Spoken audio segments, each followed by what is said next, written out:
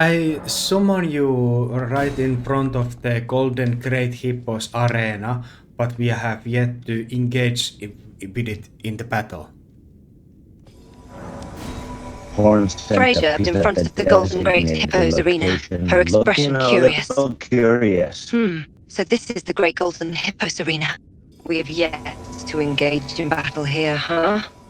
Thing is, we have yet to even battle together against anything, but it is a shame that it would be this hippo because it's just an animal.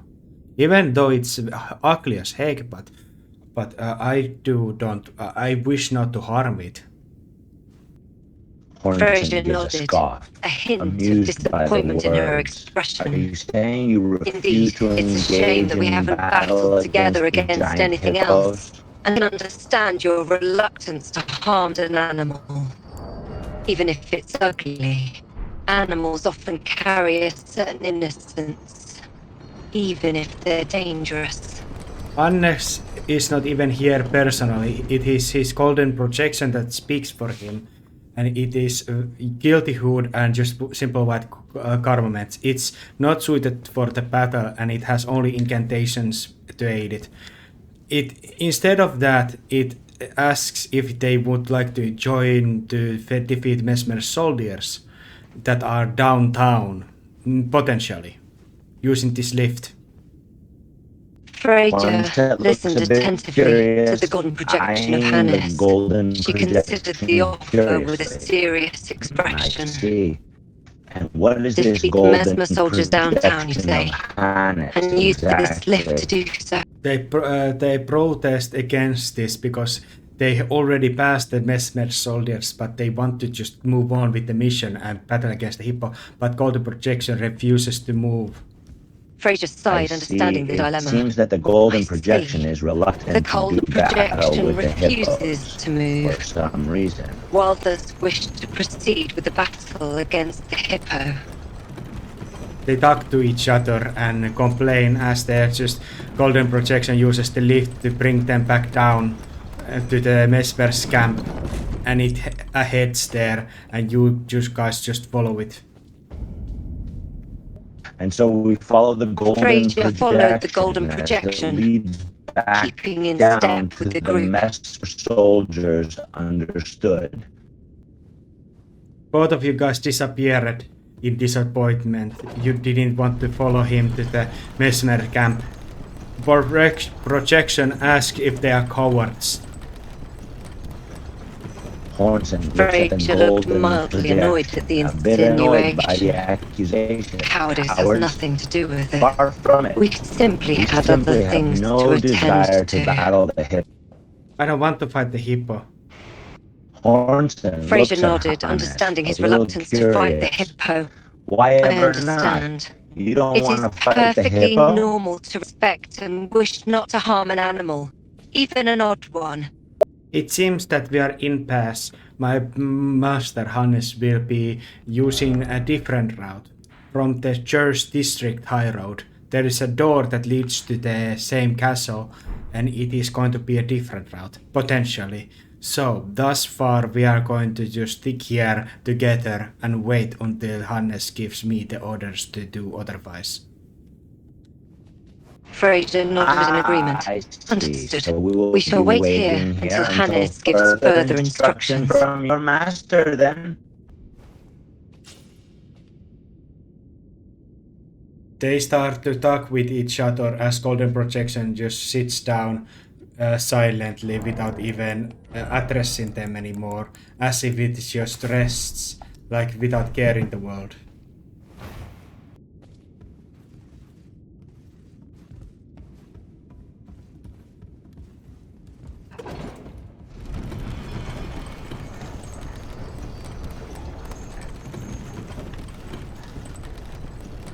As they just start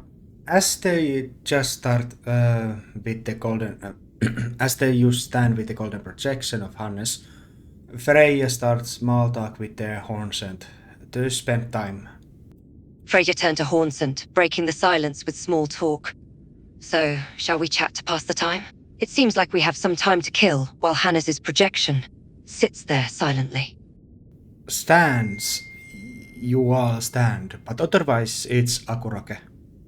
Hornsent, now quite a bit curious, decides to entertain a little talk to pass the time while they wait. So, tell me a little about yourself. Are you of the Tarnished as well?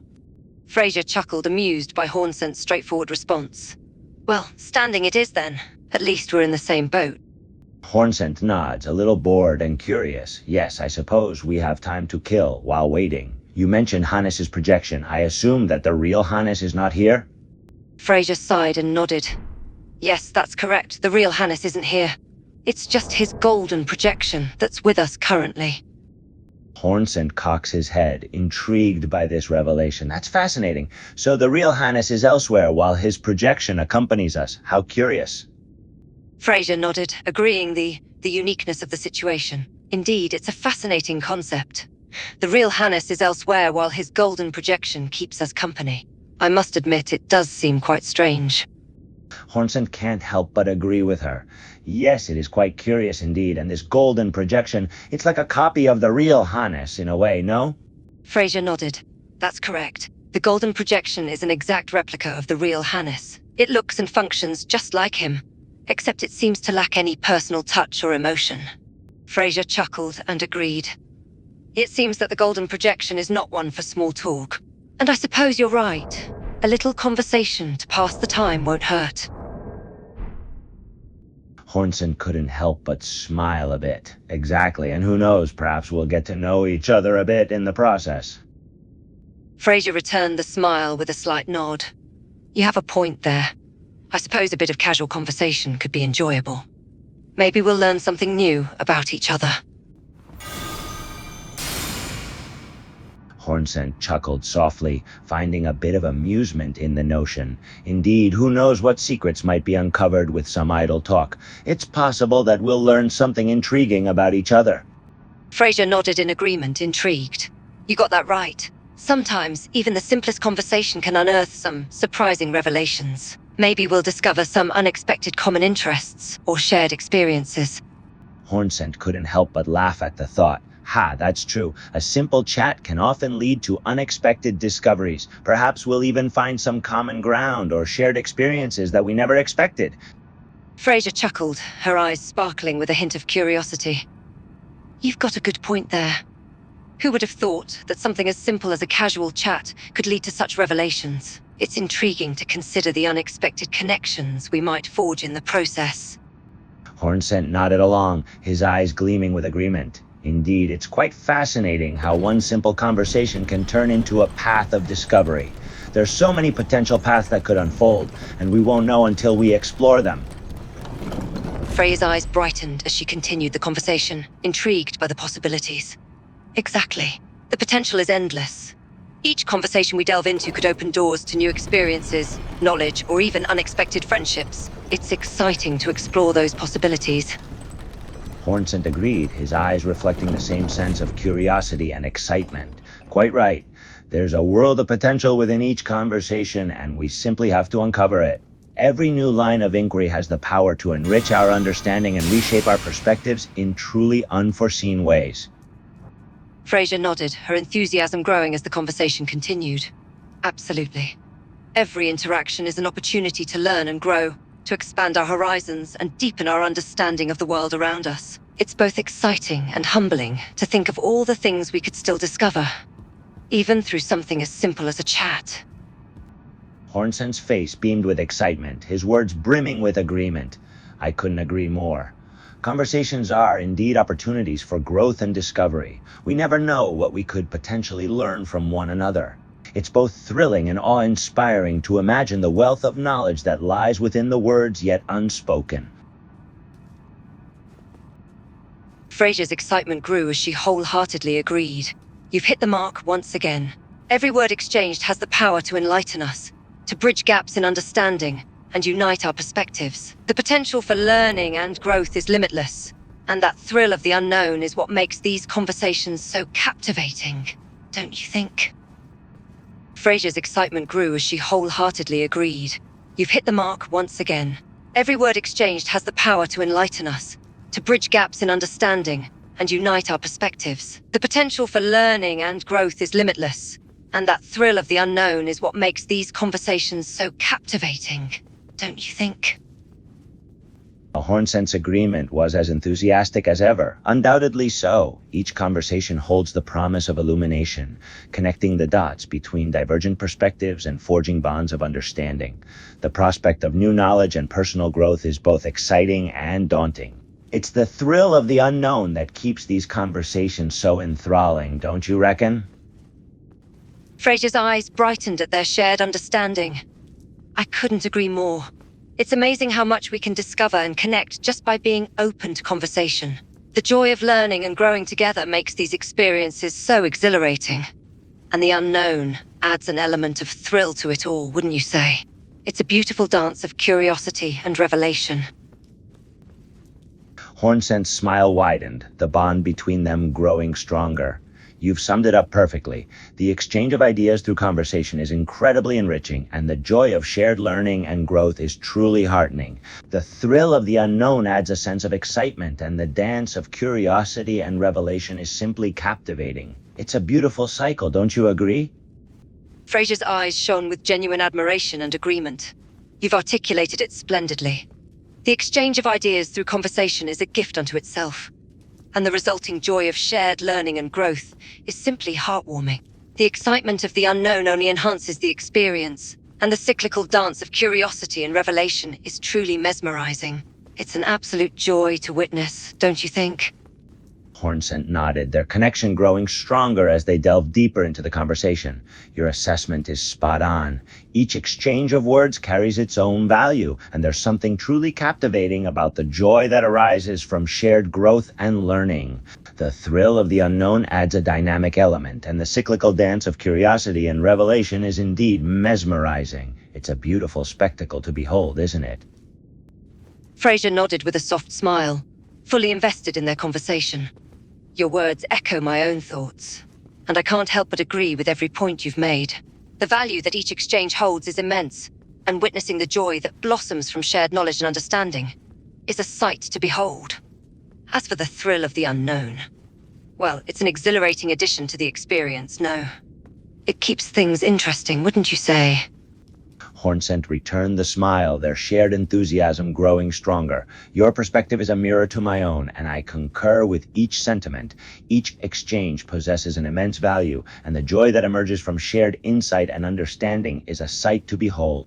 As for the excitement of the unknown, it indeed serves as an exhilarating element, don't you agree? It's a thrilling twist that adds depth and intrigue to the entire encounter. Fraser nodded, deeply immersed in their discussion.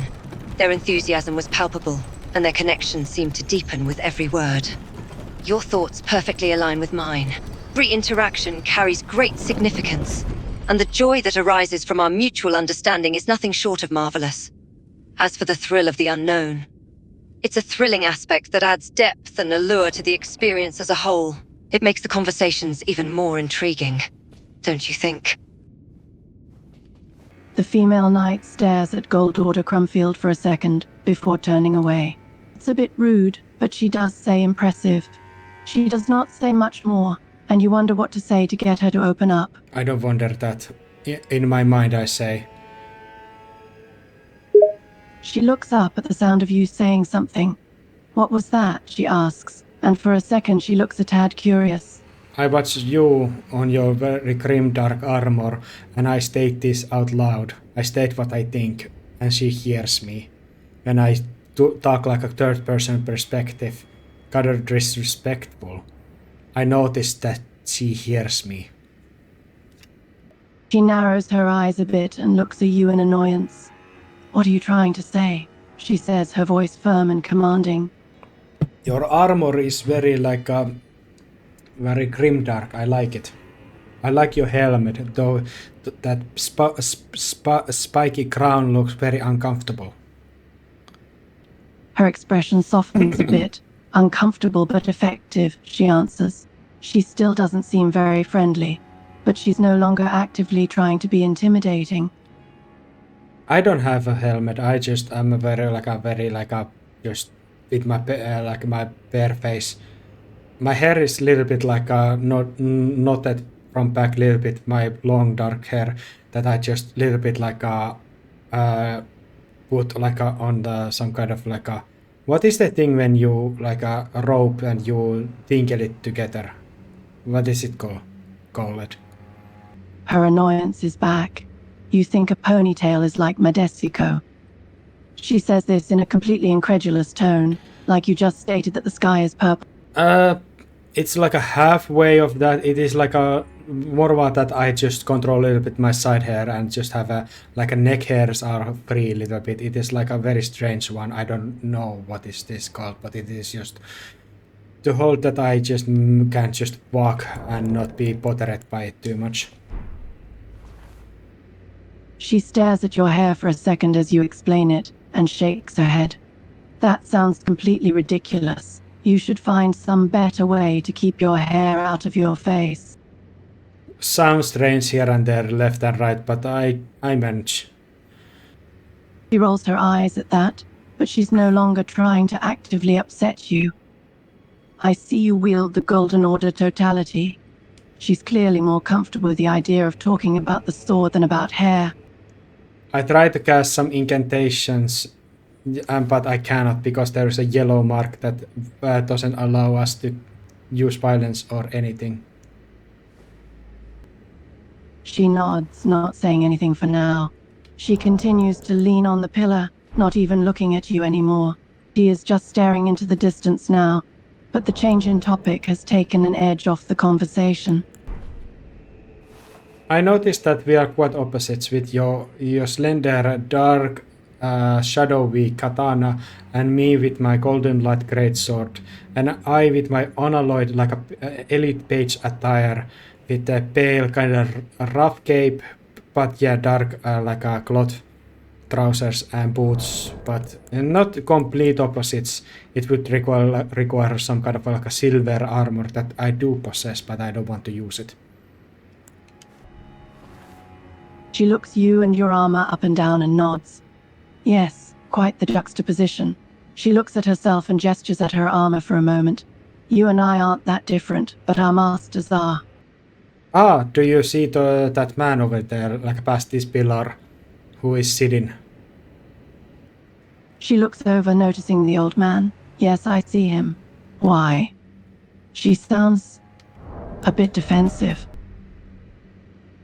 And you don't know who that man is. His name is Count Ymir. Do you remember him now or no? She seems caught off guard by this, stepping away from the pillar and standing straighter. She takes a breath and composes herself before asking, "How do you know that name?" I talked to him, and he's very sociable. She relaxes a bit at that, but is still watching you carefully to see if you're lying to her. You spoke with him? I turn your face like gripping your helmet a little bit up by the cheeks and turn your face towards him and say, "Watch." She lets you tilt her helmet to look towards the man. She is still standing defensively, but now she's paying close attention to you and to the man you're guiding her to. I wave at him and he waves back. The man waves back at you, a friendly expression on his old face. There you go. I do a polite bow to you towards you now. Sorry for gripping your face like that, but yeah, I was feeling cheeky. No pun intended. That catches her off guard. She is not expecting you to be polite. Oh, right, thank you. She doesn't know what to say and stands there awkwardly for a moment. She tries to collect herself and goes back to being defensive with her arms crossed. Not gonna lie, your entire posture, entire being is kind of like a demanding challenge to somebody who seeks to socialize.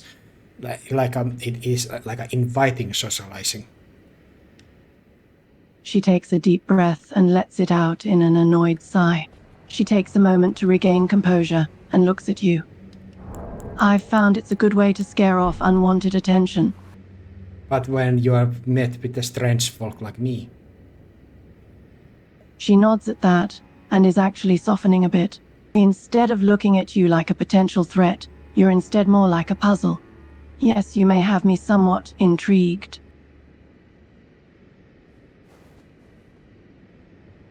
Am I antisocial? You hadn't noticed him enter the conversation, but the old man from before stands a few feet to one side. Oh yes, I've been listening for a while. No. I asked you, Jolan. That statement was weird. Why did you state that like you were spoken for the man? She stands at attention the moment she realizes he's addressed her by name, and speaks with a bit of a nervous tremble in her voice. Ah, yes, sorry. She straightens her back. No, I'm not spoken for.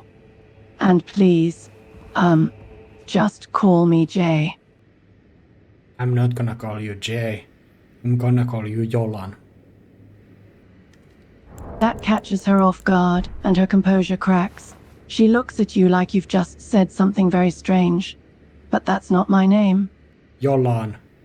This confuses her more, and she has to think for a moment. Wait, on what? Jolan. She glares at you for a moment, then sighs deeply and shakes her head. She can't believe she's playing along with this nonsense, but decides to anyway. Fine, what do you want? I just stated your name. She's a bit thrown off by the change of question, but quickly reorients herself. No, sorry, I haven't. She shifts the way she's standing to be a bit more open and less armored. I'm Jolan of, well, the tarnished, of no renown. That's right, I spoke your name. How did you understand it? She looks at you with a growing confusion. She'd assumed you just misheard that, but now she's not sure if that's what happened. Understand it? I just did. It's a simple enough name.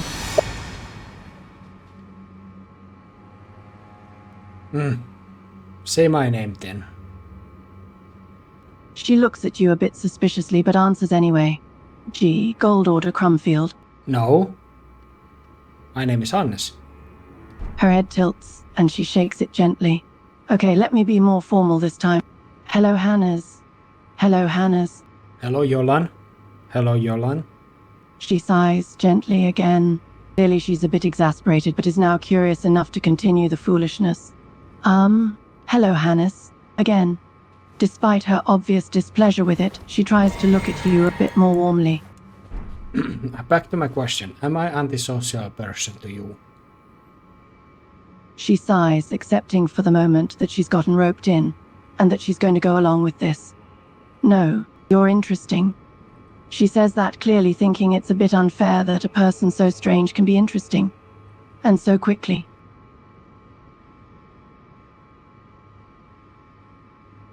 You're very polite, thank you.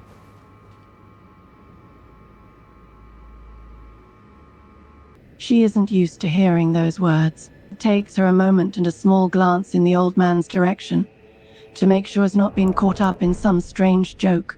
Once she accepts your sincerity, she looks at you more directly. You're quite welcome, but you're an odd one, you know that? The old man leaves and he sits back there on his chair. He is not interfering anymore. She watches him go, and suddenly realizes that she hasn't heard or noticed him approach them. After he's seated, she takes a deep breath. So Hannes, right? She decides to just ask one of her questions. It's a bit of a rude one. How old are you? That clearly shocks her, and she suddenly looks you up and down in confusion. I'm sorry, what? You have to be pulling my leg. You look like you're 17. I know. I am I don't drink alcohol too much, I don't stress at all, and I don't use any drugs. She's still looking you over, trying to figure out how you could look so young. But that comment makes her look up at you again. No, well, point is, I don't stress almost at all. I don't use drugs or alcohol, so I age gracefully. I suppose that makes sense. She says that, but is still unconvinced that that much is enough. She has to ask the rude question. So you have no scars at all anywhere? No. She was clearly shocked by that. No scars at all was not the answer she was expecting. She keeps staring at you as she speaks. Have you never been in a fight? Not even a little scuffle? I have. She shakes her head in disbelief and puts her arm across her chest, tapping her breastplate in thought. No, something about this is really strange. Are you somehow healing yourself? Have you just never been in a dangerous situation in your life? Well, basically when I die, I am reborn from the graves like a newly, so I am very like untouched by conflicts. But that is outside of the reason. I do fight. Her expression of disbelief deepens. Wait, you're rebirthed naked each time you die? You've died? Many times. And I am reborn from the graves. She looks at you like you're a walking miracle. Her words are slow and careful as she takes it all in. You've died, you've been killed, and then stood up fresh and new. And that's happened many times. Just how many times? A number not so like, how to say, graceful. That response is as strange as the rest of you. She tries to work out exactly what you mean, but finally just gives up and gives you a flat stare. Are you sure you're not on anything? Why are you being so difficult to understand? How old are you? 24. She's clearly wondering if that's important, and watches your reaction with curiosity. How many fights have you been? The change back to the question about fights surprises her again, but she has to answer. Too many. I was a knight. I've been in my share of battles, of fights, and if I'm honest, brawls in seedy pubs. I've got my share of scars. She indicates to a thin line you can see above her eyebrow. I don't see any like a skin on you. You have like a full-on helmet on you. The full body armor. Slick as it is, it doesn't show your body. That gets her to give a slight chuckle, and she looks down at her armor. You're right, there's not much to see of me under all this. Why do you want to see my skin anyway? If I were a free man, I might. That causes her to pause and study you with a more guarded expression. If you were a free man, well, you're not. She shakes her head a bit, trying to shift the conversation away from that. If you don't mind me asking, how old were you when you were first reborn from a grave? Yeah, I kind of under a year I have partaken to this campaign and died many times since I came to the lands between. I started dying loads of times. Under a year? She starts to sound agitated as she works out the implications of that. She's clearly having trouble with the impossible math. So you started dying to die regularly and many times almost a year ago? Yes, that is true. And I have been just successful. And after the first one, I realized, oh, I cannot, perish. So it a little bit loosened my sense of security. And I just did everything little bit like a daredevil style. She just stands there for a moment, her hand to her head, and a look of complete disbelief on her face. She is shaking her head gently, unable to process this. You threw yourself into dangers you knew you couldn't die from. That's what you're telling me? Is that so surprising? Wouldn't you do the same? She looks at you like you're a madman. No, absolutely not. Knowing you'd recover from the pain doesn't mean you'd be immune to it. If not death, why would you choose pain and danger? Why would anyone do that? That's a good question. I wonder how much my character has actually suffered physical pains. She just stands there in disbelief while you talk. How can you be so nonchalant about all this? How did you... She has to try and get her head around this all again, this whole crazy conversation. Well, how much pain have you been in during that time? I leave my golden projection right in front of you, and immediately I have a golden aura around me. It makes me a little bit more scary because it gives me a natural, a ghost-like figure, even though I remain the same. My true person is now wandering about outside of this church. You're in two places at once. She stares at you and then at the door. No, this isn't happening. She shakes her head and rubs her eyes before looking back at you. She is starting to question all of reality. It is my projection, and the golden projection says. Now we are currently speaking at the same time, and we are maintaining this conversation as I just got bored and I want to go fight against stuff. She steps back and leans against the wall, her eyes still wide and disbelieving. She can't keep up with how this is even possible. So you can just create a glowing golden copy of yourself at any moment, and that thing is just as sentient as you are. It is servient to me, absolutely. It has no pre-agency outside of my will. Even though it can maintain the conversation independently or with me. She nods gently, still trying to process this all. She's starting to get distracted again by looking you over, trying to find any sign of this being some illusion of trick. She looks you up and down, her expression slightly confused. Then a thought strikes her. I do have one more question. I'm willing to answer far more than one. She gives you a bit of a smirk, and a raised eyebrow at that. She stands up straight and steps away from the wall, clearly having regained her composure a bit. Her expression is still curious, though, and now has a bit of excitement in it. You've made this golden projection of yourself, and that can do all sorts of things, including fight. I'm guessing it's also immortal? It can die and be reborn, yes. So you could have that copy do almost anything, and if it dies, you just bring it back, right? Imanti portumstantin kusint. Someone to come tea, hatsitats. Can you repeat that, but in English? Right. Your glowing copy can do anything you can do, and if it's destroyed, you just bring it back, right? She looks at you, waiting for confirmation. Yes, that is true. I'm fighting against wolves as I'm heading towards Mesmer's castle. She raises an eyebrow at the change in subject, but has to ask. You're fighting against a pack of wolves, right now? Some of them, not all of them. Just those that attack me. She is getting a better read on what you're like, and is feeling like her initial assessment was wrong. She leans back against the same pillar again and watches you. Are you going to survive that? Of course I will.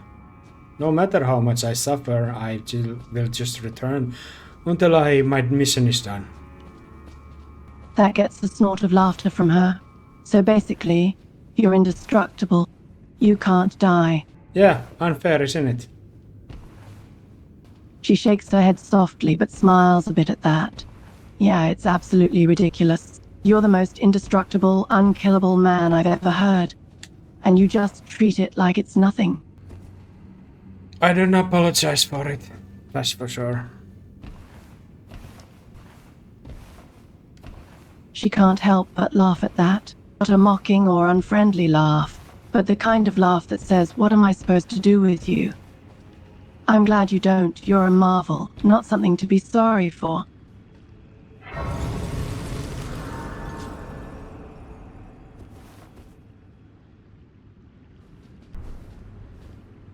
Right now I had in mind some kind of like a sexual joke, like if you were to do like a, in bed chambers, like a very like a wrestling and like a very like a very demanding things, very long time, it probably would wear out the immortality eventually. But I decided against it. It takes her a moment to understand what you mean, but she does soon enough. Her cheeks go scarlet as she realizes where you were going with that, and she looks away for a second. Well, thank you for not finishing that thought. Instead of that, I explained it.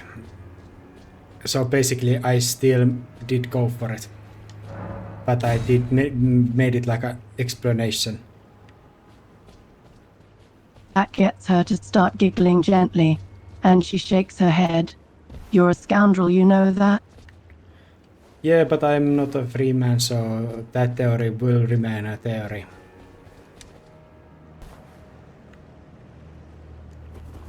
She smiles and nods, still gently amused. As will the one about me doing those things you listed with you. She's a little bit caught off guard by how easily you're bantering with her now.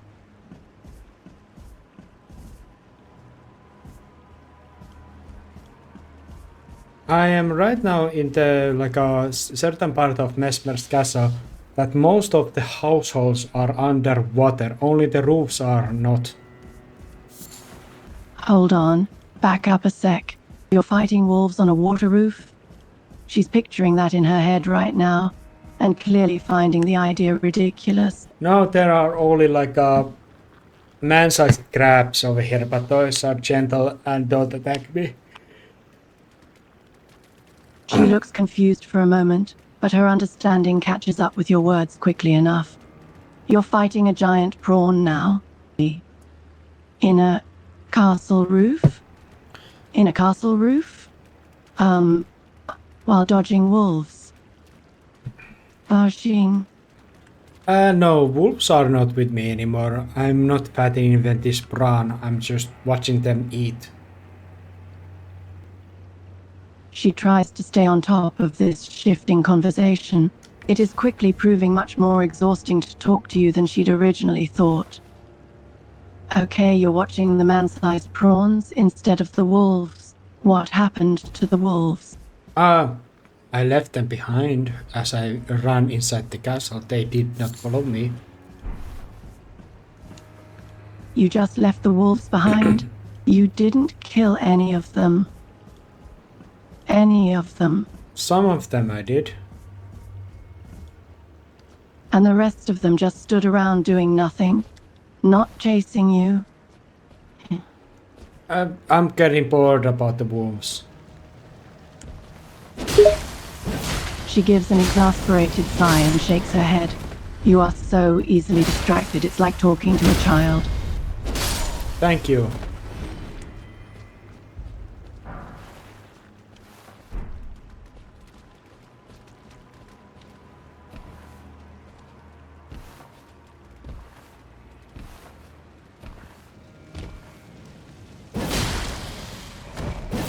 Very much. That makes her laugh and shake her head again. She is clearly enjoying the absurd back and forth, even if she refuses to admit it out loud. I assume as much, and I realize that she enjoys my talking with me. I'd say you're finally right about something, yes, I do. She says that gently, and though she'd never admit it, she's also enjoying just how carefree and honest you are. Well, kind of not like being afraid of one's life and having the endless amount of stamina. I just might to defeat many enemies does that. That gets another laugh out of her. She grins at you like you're just about the silliest person in the world, and that it's absolutely charming. Then she realizes what sort of expression she's giving you, and tries to look serious again. Oh, are you like getting like hot feelings? She was trying to look serious again, but her eyes go wide at that. What? Oh, no, I'm not. Her face is bright red as she desperately tries to deny that she's being even a bit attracted to you. Oh, yes, you are. You are very much attracted to my person.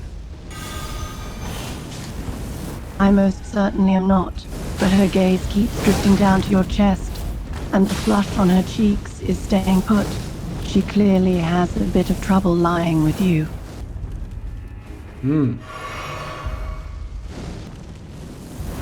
She glares at you a bit, annoyed at how easily you see through her. She crosses her arms across her chest and mutters, "Shut up." Nuh-uh. Stop. She's blushing even harder now, even though she's trying to keep her face stony. You are. For a moment, she can't think of the word, and she sighs, annoyed that all of this is getting to her so easily. I frankly do not care that I cause her to fluster that much. I have just assumed that is just due to my diverse charm that my character has. It's not natural. She is at a complete loss on how to respond to you. Even though you're actually not too far off the mark here, she's so unused to being put in this spot by a man, and especially by one so casually charming as you. All she can really manage is a weak attempt at sarcasm. Well, you must be quite popular with all the ladies.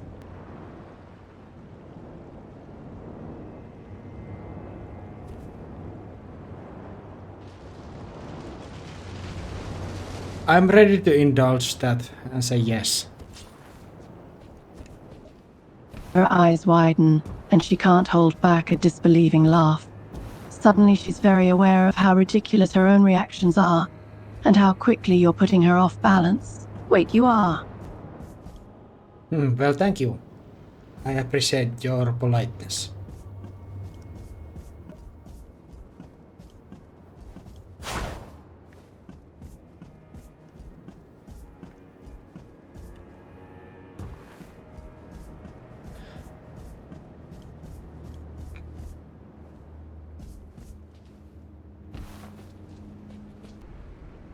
She just shakes her head and starts to laugh again. She'd been trying to keep her composure, but everything about this is just so absurd that she can't help but find it funny. The way you've been effortlessly charming her, and now her own reactions to it all are too much.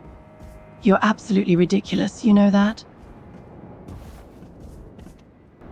Hannes knows that he tends to do this, and now he plays along instead of putting stop to it. And he doesn't care that he's causing her this kind of a reaction. He's actually taking enjoyment out of it. She quickly figures out what you're playing at, and that you're enjoying this. She's annoyed that you're playing with her so easily, but also doesn't want to admit she's having fun herself. She scowls at you and crosses her arms. Yeah, laugh it up then.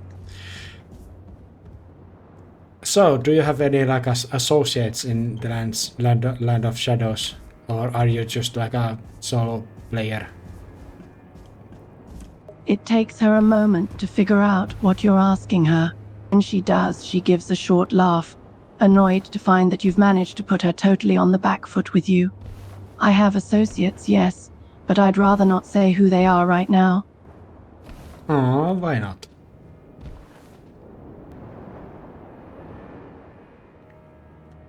She nods, still not ready to give up any information to you.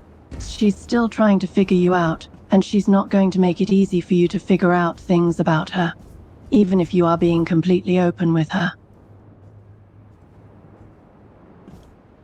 Nah, I wouldn't care of it anyway. Keep your secrets. I don't care. She looks a little surprised that you're so quick to drop that line of questioning. For a moment, she feels a bit annoyed that it was that easy to get an advantage on you, but then she realizes what you're doing. You're going to play the reverse psychology game now? What does that mean? She rolls her eyes a bit, annoyed at how naive you sound. It means that, in addition to being a complete scoundrel, you're also a complete manipulator. I know what manipulation means, but what does that mean? She sighs, but decides to explain anyway. You got me flustered, and then dropped the subject when I asked you to drop it. Now you're pretending not to know what manipulation is. You're either messing with me even more, or trying to manipulate me into talking. Oh, I know what manipulation means, but I meant like a reverse psychology. She nods, a bit surprised that you're actually curious. Right. Well, reverse psychology is trying to get someone to do something by making them think it's their own choice to do it. Did I really get you explain the reverse psychology to me just now? She pauses to think back and suddenly realizes that yes, you did. She has a look of annoyance, but also a bit of humor in her expression. Oh, god damn it.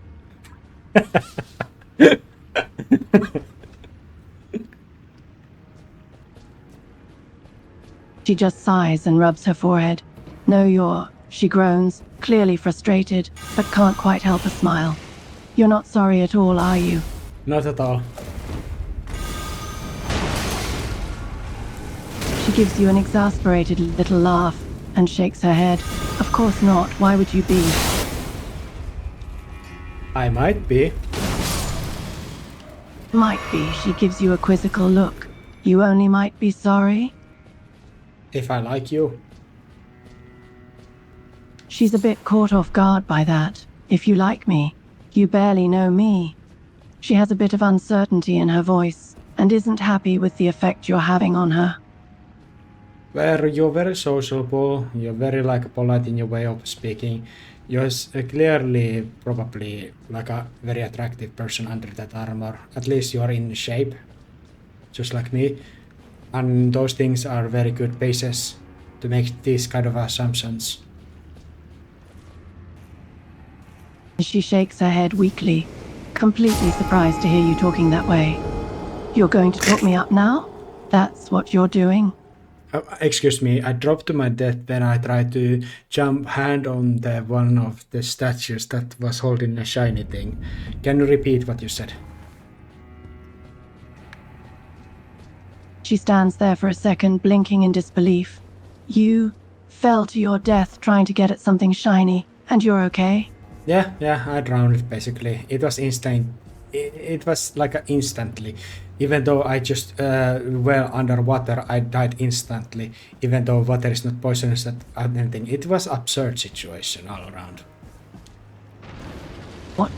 She looks you over, completely shocked and confused. She can't even form the words to ask for more details. Anyway, I'm alive, I'm well, and it's all okay. You don't need to be worried about me. She just shakes her head and takes a deep breath, trying to collect herself. You are absolutely insane, you know that, right? Why would you do something that risky for a shiny thing?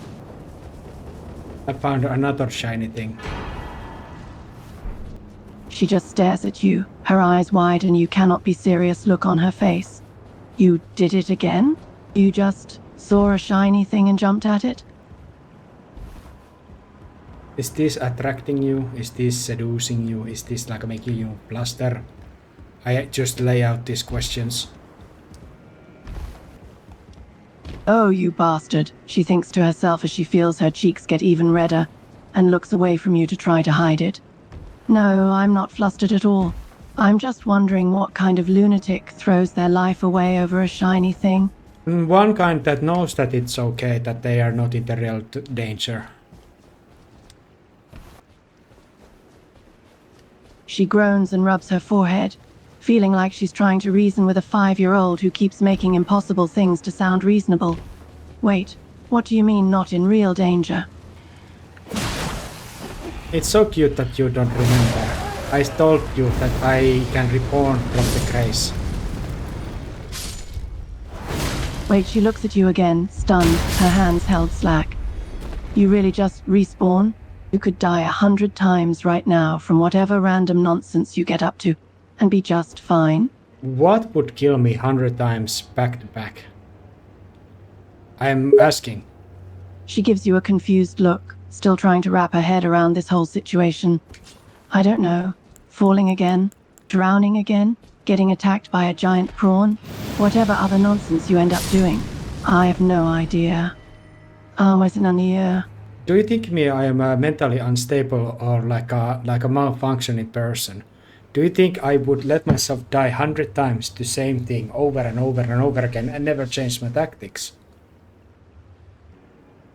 She can't stop the laugh bursting out of her. Do you think you're mentally stable? I don't know you well, but I'm pretty certain you're weird. You keep doing these crazy things. But yeah, I think you are quite capable of learning from your mistakes. I love that I got love out of you like that.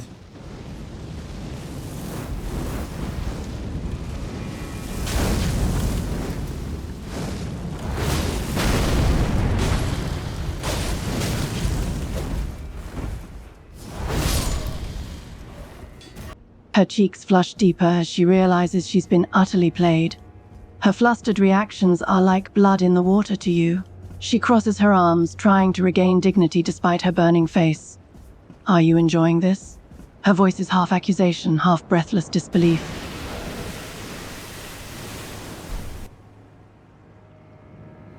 I am, and it is very strange that I merely out of my words I am doing this, because I don't assume that my golden projection that is with you talking for me is doing anything else alongside this. She looks between you and your projection, taking in what you're saying. So you have nothing better to do than just tease me? And you're just doing it for fun?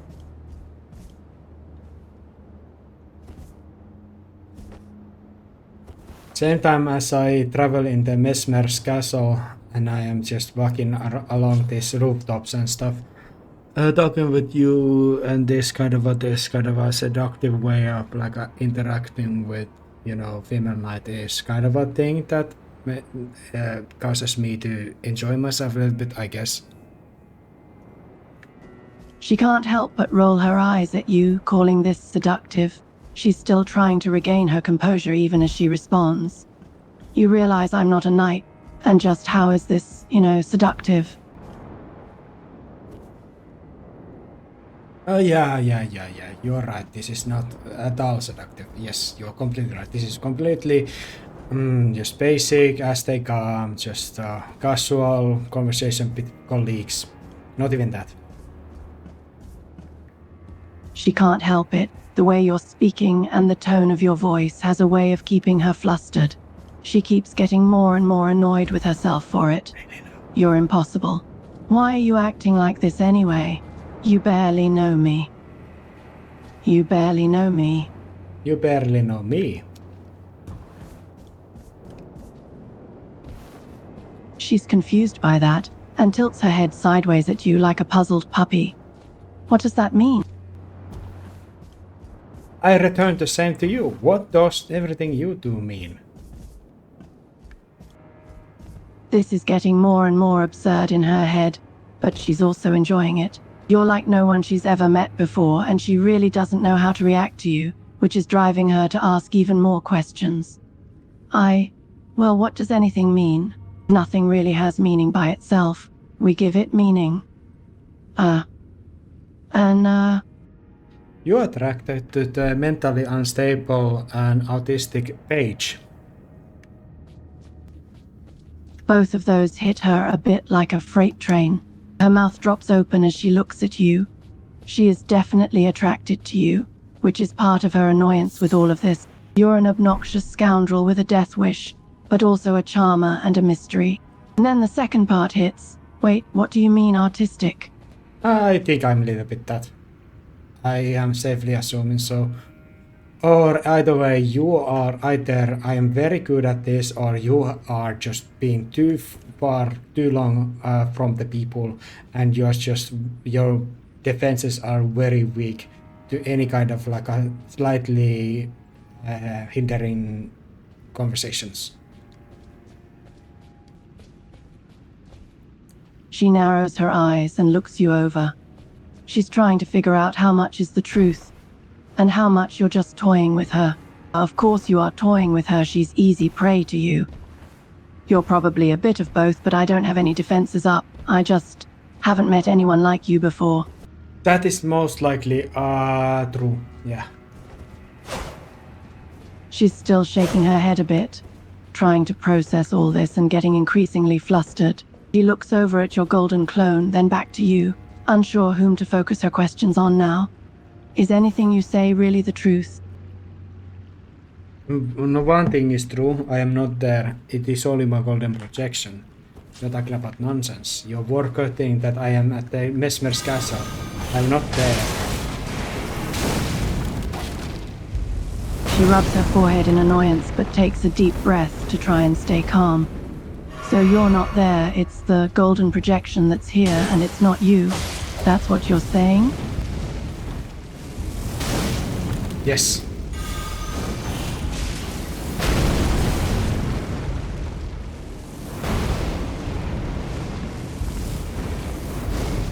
I'm fighting some kind of strange fiery incantation guys with red capes and very badass looking armors. She takes a second to picture that, and can't help but be surprised that you'd call that strange. She'd expect those people to be in a land of fire or hell. Wait, why are they in... What is this Mesmer's castle? Mesmer the Impaler.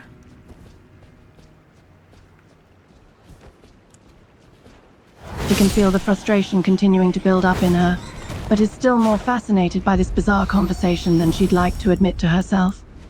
Mesmer the Imperial? What? Anyway, it's not too important. The most important thing is that I, a page, I am very much like a very like friendly terms with this strange Edgu dark armor at night. She pauses for a moment to take in all of that, feeling like she's never had a conversation that is so maddening and interesting at the same time. She's just as drawn in to learning more about you as she is in being annoyed by you, and she can't decide how to respond. You're a page. What exactly does that... And a friendly one too? You seem more like a scoundrel to me. I'm an extremely polite person, and I am page just because I am, at the moment, I am wearing the page armor set, so I'm a page by that logic. She gives you a bit of a smirk at the definition. So you could be a complete jackass, but because you're wearing a page armor set, you're a polite person. Yes. That gets another laugh out of her. I see. Why don't I just call you the polite page then? No, you call me Hannes. Okay, polite Hannes. She says it a bit teasingly, not entirely sure why she's now playing along with this. Okay, flustered Jolan. She goes very still as you use her name, and her cheeks go even brighter red. She tries to compose herself for a moment, but it's clear that you flustered her. Did you just call me Jolana? I just opened the great gateway that bursted out like a gigantic amount of water when you said that. She's completely lost what you're talking about now. She's still flustered, but is at least enjoying being able to focus something other than blushing. What did I say that made you think of a giant amount of water? Genuinely, I just opened the great gate that released a great amount of water like from the Mesmer's castle. That gets quite a shocked look from her. You opened a great gate that released a bunch of water in a castle? What kind of madness is this? Like you're like releasing the flusterness and all kind of like a sensual stuff just out of talking to me. She covers her face with a hand to try and hide how much you're flustering her with this kind of language, but can't help but let out a laugh. You can't just... She's at a complete loss for words, which only gets her blushing to get worse.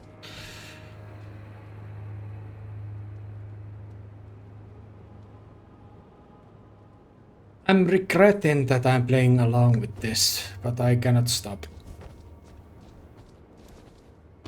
She gives up trying to regain her composure and just leans back against the pillar, trying to regain her breath as she looks at you. There's obviously much more she wants to say, but she's stuck trying to catch up with you. Why can't you stop? Well, I can. And I do. Actually, I do. I do stop. She shakes her head and tries not to look too eager to hear your explanation. You can stop? Yes, I did stop. She gives you a questioning look. And why did you stop? You didn't want me to stop, huh? She looks off to the side and doesn't answer, trying to resist giving you more power over her. Despite herself, she is fascinated by this conversation.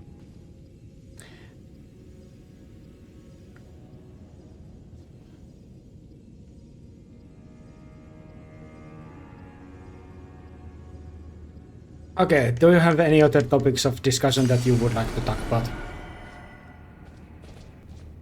He's taken a bit off guard by the change in topic, but is glad to at least have a moment to get her emotions back on track. She thinks about this for a moment and shrugs. After a moment, she gives you a little smirk.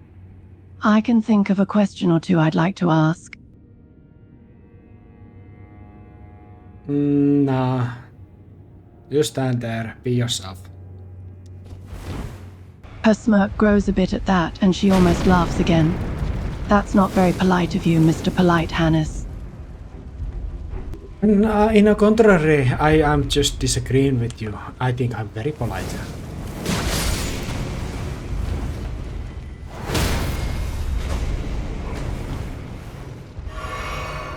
She can't help but laugh again at that.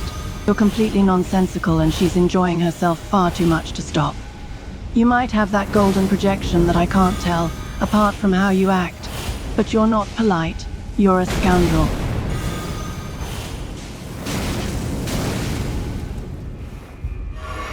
Well, to my mind, you're not very attractive. She gives you a bit of a look, her eyes narrowing and a hint of challenge in them. She doesn't look like she's particularly offended, just more of a bit annoyed and enjoying a bit of a tease. And you think this because...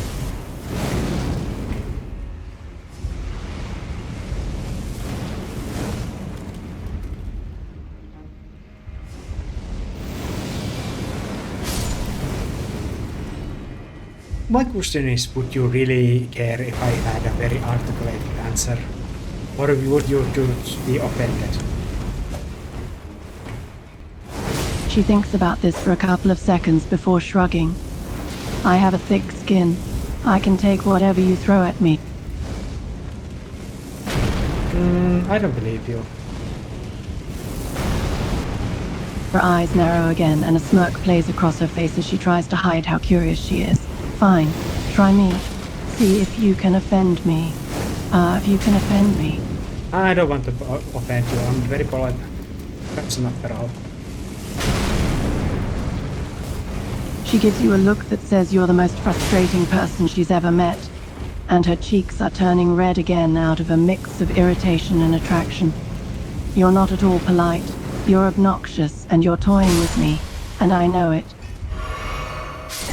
I like those who like polite people, and one reason why I don't find you so attractive is that you find very rude and scandalous people attractive. She can't help but huff softly at that. You're completely right. And she's annoyed that you're this perceptive. She tries to defend herself anyway. You don't know that. What makes you think I like the scoundrelous sort? You're sweating under that armor. You are like those gates that sprouted out that water. You are sprouting your flusterness like a left and right. She gives you a wide-eyed, shocked and flustered look, which turns into a smirk as a few words come to mind. That is the worst and most appropriate comparison anyone has ever made of me. I just made it up, dude. She can't help but laugh again. Your absurdity is so genuine, even as you keep completely off kilter, that it's both extremely annoying and completely endearing. It leaves her completely at your mercy as far as how she's reacting. Yes, it was very good and also completely terrible.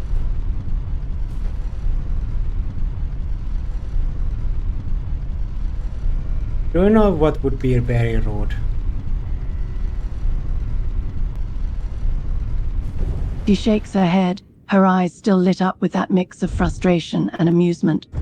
How am I supposed to know that? You're the one talking complete nonsense.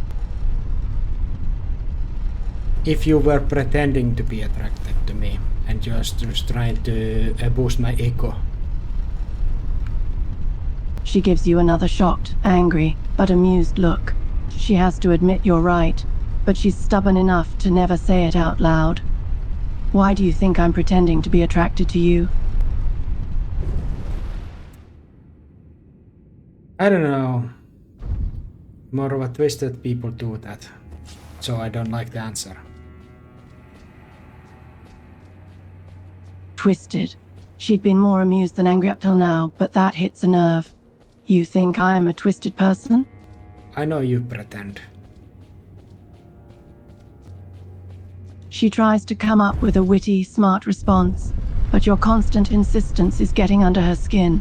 She's not sure why it's bothering her so much, but she's feeling even more flustered and red in the face. How the hell do you know that I'm pretending?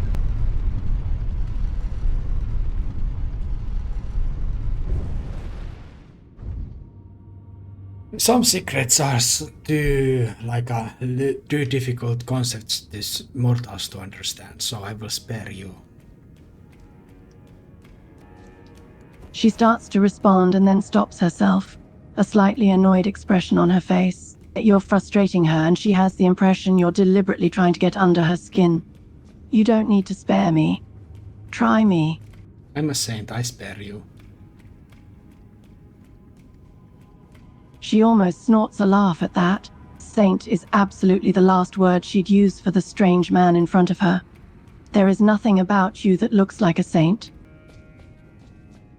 Ultimately, all I am doing, I am making either some like a poor card, like a sweat under their armor and like a fluster left and right, but nothing else like a too bad or evil. Or I'm just like a testing out how like a genuine you really are, or how kind of how to say chivalrous.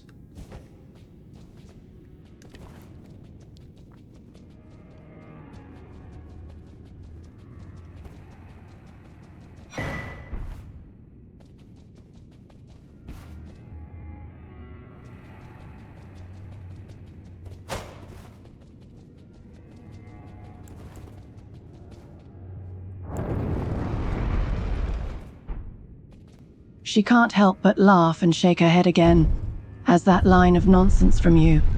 She's having a hard time staying even a little annoyed. You're still going on about flusters and chivalry?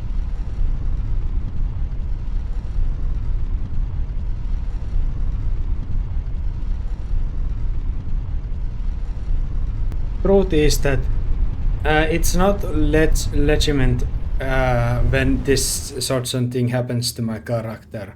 This was just one time that I decided to humor it and let it happen. She shakes her head. Somehow the fact that you did that on purpose is even more infuriating. She's getting better at reading what's going on under the surface, but not fast enough. Her cheeks are flushed even deeper now, and her words are a bit breathy. One moment it's all about truth and how you can tell I'm pretending, and the next you're just doing things to get a reaction out of me. You're driving me insane. I could command you and you would melt under that armor. Just as she's getting used to your nonsense, you do or say something to completely take her off guard.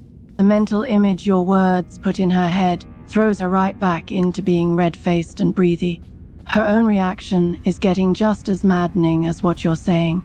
A quiet, needy part of her, the one that you've tapped into, is wondering why you haven't already tried doing that. Melt. She closes her eyes for a moment, trying to get control of her racing thoughts and failing badly. The thought of following any command you give her is too tempting, and her whole body is responding to the idea. She lets out a shaky breath. This is like being completely out of control of her own body, and it terrifies her a bit, but also sets her blood on fire. She opens her eyes and looks at you. This is all completely your fault. That completely snaps her out of it, and she gives you a slightly confused look. You're doing what to Yovis now? I'm face palming. She's still recovering from what you were doing before, and this makes no sense to her at all, but does serve to bring her head back into focus. What on earth are you even trying to say?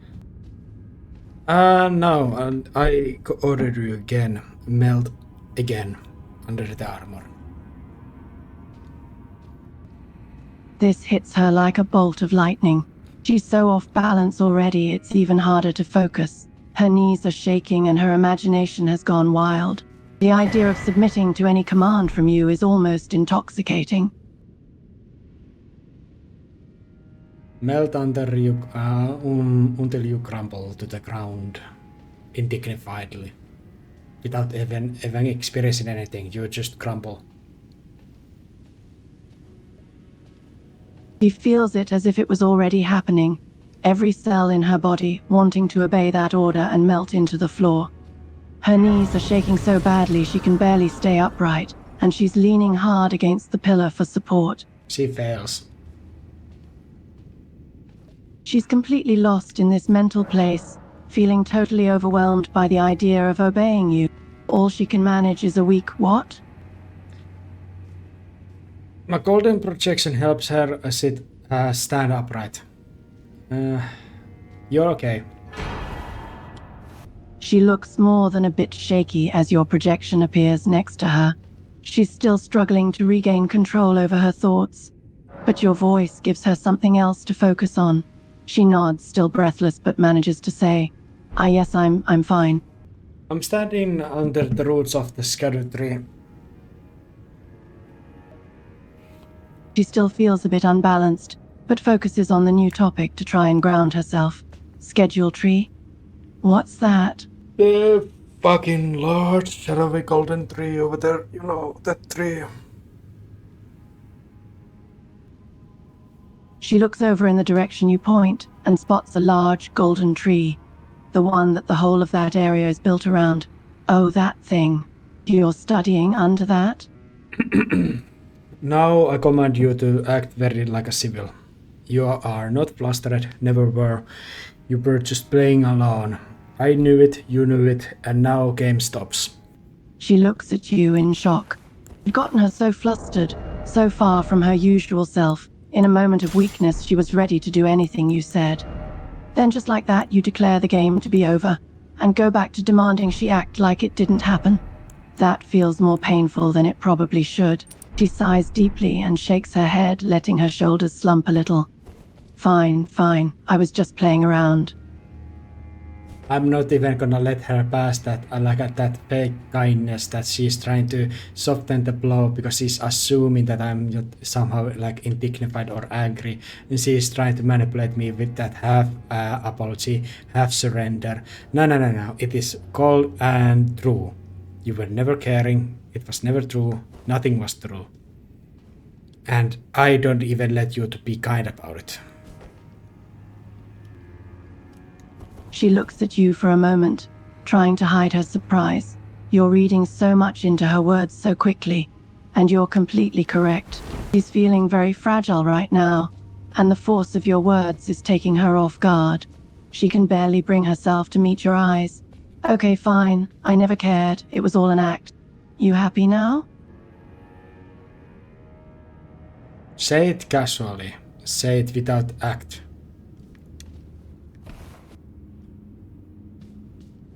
This is getting more and more humiliating, but she's got no other option. She sighs deeply and looks you in the eye, trying to muster as much stoicism as she can. It's not nearly enough. I never cared. It was all an act. Nice, now our true friendship can start. She just stares at you blankly, not even sure how to react to what you just said. You think this means we're friends? That we have some kind of connection now? Yes, that's what I meant. We are friends. She almost laughs again. The whole situation is still absurd. She shakes her head in disbelief at you and herself before sighing. You're completely insane, you know that, right? I don't know that. She rubs her forehead, wondering why she's enjoying this so much. She has to resist the feeling that even after you declared that the game was over, some part of her still wants to play it. Well, you are. I can't believe you're suddenly treating me like a friend, now that I've obeyed your commands.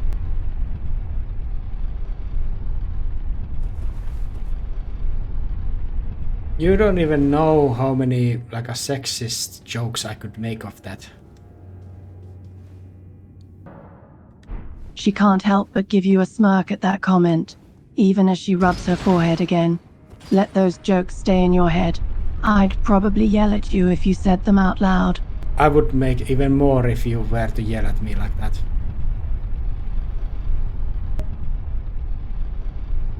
She's getting used to your teasing now and does her best to look annoyed without smiling. You're insufferable, you know that? Woman. She can't help but roll her eyes at that. Despite herself and how annoying you are, she's starting to have fun, even under all this teasing. But she still needs to try and retain some dignity. Do you really have to go there? I just state what you are. She can't argue that, and the way you said it is too good not to laugh at. She's slowly finding her footing after all this. She lets herself smile, still hiding it a bit. Okay, fine, I'm a woman. What is your point? What is your point?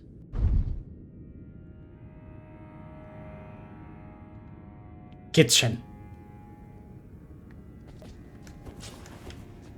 She's still smiling, and even though it's a dumb joke, it gets a laugh out of her. Despite all the tension and the teasing, and how annoying you are, something about you is incredibly charming. Really, you're just going to go straight to the kitchen joke? That's a bit cliché, don't you think? Children. That gets her to stop and give you a quizzical look. What about children? That's the trinity of the woman joke. She's getting used to how your brain works now. She snorts a little at you as she figures out what you mean. So I suppose next you're going to say something about cooking or cleaning? Well, cooking is just part of the kitchen, so it's already included. But cleaning, that is a household. So yes, that is actually the missing part. Thank you. She's torn between wanting to playfully punch your arm and wanting to get you to keep teasing her. Even with your absurd sense of humor, you're getting under her skin in a fun kind of way. You know, saying thank you doesn't make the joke less sexist, right?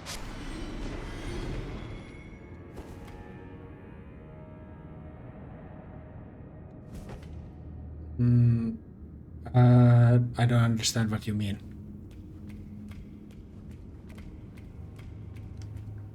She shakes her head with a little smirk and points out the flaw in your argument. You're still reducing me to the 3 things you see women existing for. No, I'm not. She crosses her arms and gives you a look. So you think women exist for more than kitchen and cleaning and babies? Yes, obviously. She gives another laugh and relaxes her arms a little. Okay, I'll give you that. But that's why that kind of jokes are sexist. They reduce women to those things. She's surprised by the depth of the question. It's unexpected and interesting. She's still amused, but she'll answer you seriously. I'm not really sure there is one. Sexism is just people treating women or men as fundamentally different or unequal based on their gender.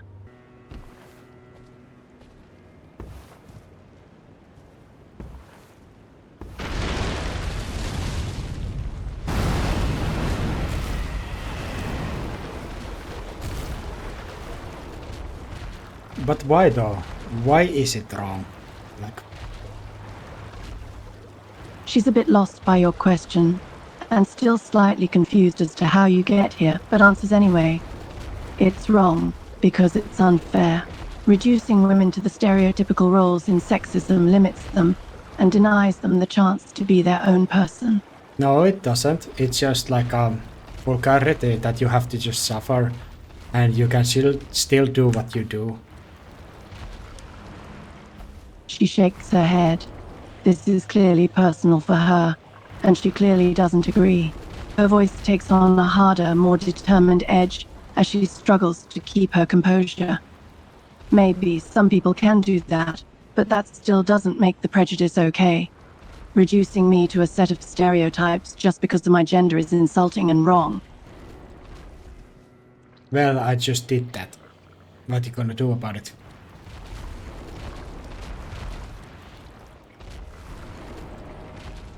She's starting to get used to your constant need to push and prod her. Despite herself, she's starting to find a bit attractive. and she's losing the will to actually argue.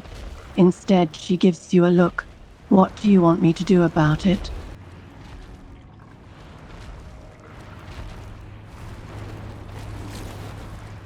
Frankly, I'm not interested of the battle between sexes.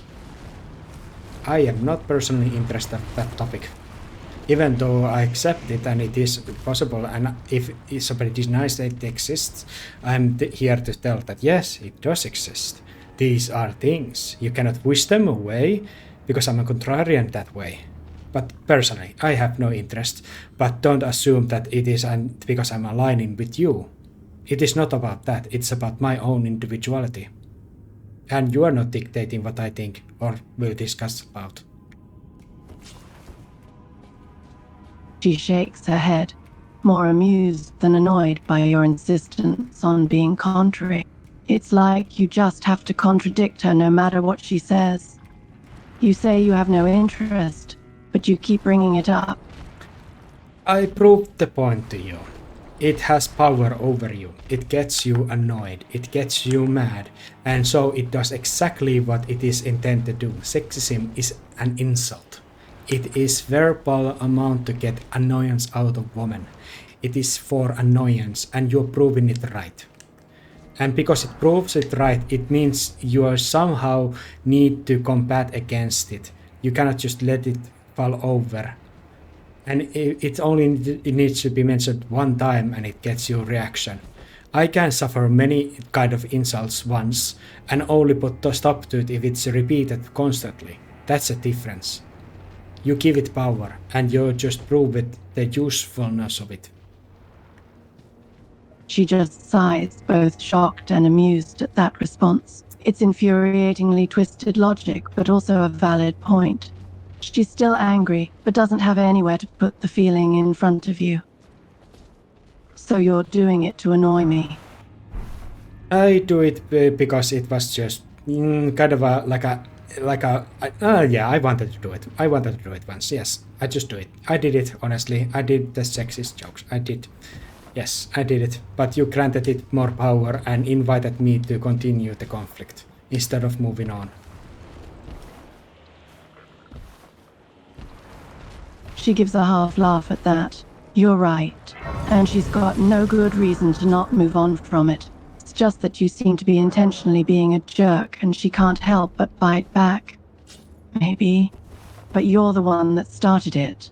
Yeah? Have you ever tried nonchalantness? She gives you a confused look, annoyed but also curious. Tried what? Nonchalantness.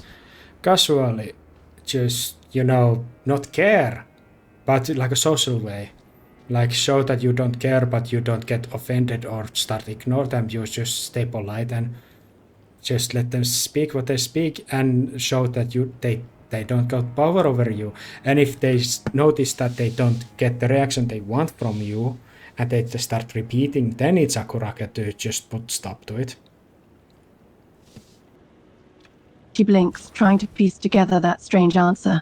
Still annoyed at the sexism, but somehow also curious about the answer. Let me put this in better words. You're saying the solution is to not give them what they want? To just be polite and not react to their words?